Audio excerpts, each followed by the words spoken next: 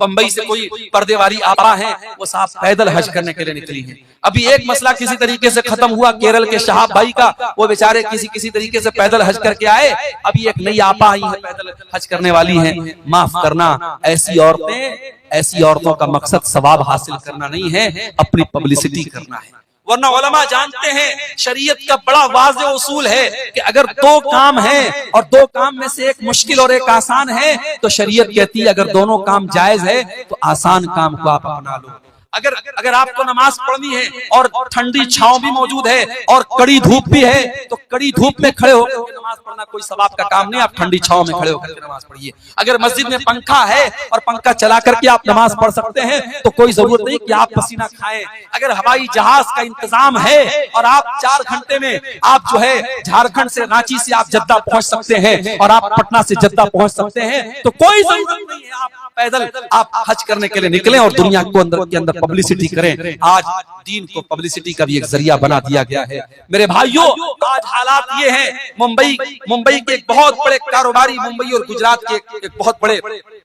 کاروباری فیملی میں شادی ہونے والی ہے۔ ابھی شادی کے پہلے کی جو تقریبات ہیں جس کو پری ویڈنگ سیریمنیز کہا جاتا ہے، ان کی شادی کی اس تقریبات میں 9 ارب روپے خرچ ہو چکے، اور امریکہ سے ایک ناچنے گانے والی کو بلا کر کے 74 کروڑ روپیہ دے کر کے اس سے نچوایا گیا تھا، اور میڈیا تالی بجا رہا ہے، اور ہمارے بالی ووڈ کے بڑے بڑے سپر اسٹار اس شادی میں جا رہے ہیں، کسی کو کوئی فرق نہیں پڑتا ہے۔ اور وہی 2 مہینے 3 مہینے کے بعد جب ہمارا بقرعید کا تہوار آئے گا اور ہندوستان بھر کے مسلمان جب قربانی کریں گے تو اس میڈیا کو سانپ سونگھ جائے گا، اور یہ میڈیا اسلام کی دشمنی میں کہے گا کہ صاحب مسلمانوں کو قربانی نہیں کرنی چاہیے، بے زبان جانور مر رہے ہیں، اتنا پیسہ جانوروں کی قربانی پر خرچہ ہو رہا ہے، اتنے پیسے سے کتنے غریبوں کا مکان بن سکتا ہے، کتنی غریب بیٹیوں کی شادی ہو سکتی ہے۔ ان دھوکے باز میڈیا والوں سے جا کر کے کوئی کیوں نہیں کہتا کہ 9 ارب روپے ایک شادی کی تقریبات پر خرچ کر دیے گئے، جس دیش میں 85 کروڑ لوگوں کو، غریب لوگوں کو فری میں راشن دیا جا رہا ہے،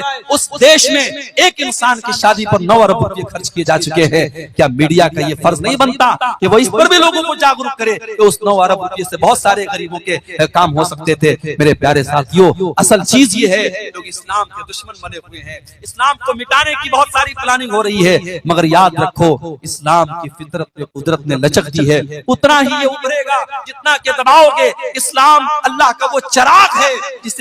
جسے بجھایا نہیں جا سکتا ہے، نور خدا ہے کفر کی حرکت پہ خندزن، پھونکوں سے یہ چراغ بجھایا نہ جائے گا۔ انشاءاللہ اسلام کل بھی تھا اور آج بھی ہے اور قیامت کی صبح تک باقی رہے گا۔ ہماری ذمہ داری یہ ہے کہ ہم اپنے دلوں کو غفلت سے دور کریں میرے بھائیوں، اور جو چیزیں میں نے بتائی ہیں ان اسباب کو دور کر کے ہم اپنے دلوں کی غفلت کو دور کر سکتے ہیں، اور اگر ہم نہیں کریں گے تو یاد رکھو پھر حالات وہی ہوں گے کہ حرم میں بیٹھ کر بھی لوگ موبائل پر ویڈیو گیم کھیلیں گے، اور رمضان کے مقدس مہینے میں بھی لوگ بے حرمتی کریں گے۔ اور ہمارے سماج میں ایک بڑا طبقہ ایسا ہے، رمضان آئے گا چلا جائے گا، اس کو کوئی فرق نہیں۔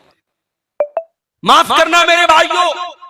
اگر اللہ تبارک و تعالیٰ نے سن 1445 ہجری کا رمضان کا مہینہ ہمیں اور آپ کو دیا ہے یا دینے والا ہے، یہ ہماری بہت بڑی خوش نصیبی ہے۔ ہمیں سے بہت سارے لوگ ایسے ہیں پچھلے رمضان کو ہمارے بیچ میں تھے، اس سال نہیں ہے۔ اللہ کو پیارے،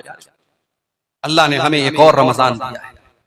اور یہاں پر آپ وہ حدیث اپنے سامنے رکھیے، ابن ماجہ کی صحیح روایت، حضرت طلحہ رضی اللہ تعالیٰ عنہ کہتے ہیں کہ نبی کے دور میں 2 لوگ اسلام لائے، ایک ساتھ اسلام لائے، اور اس دو بھائیوں میں سے ایک بھائی بہت محنتی تھا، دین کے کام میں آگے رہتا تھا، دوسرا کچھ کمزور تھا۔ جو محنتی بھائی تھا وہ اللہ کی راہ میں شہید ہو گیا۔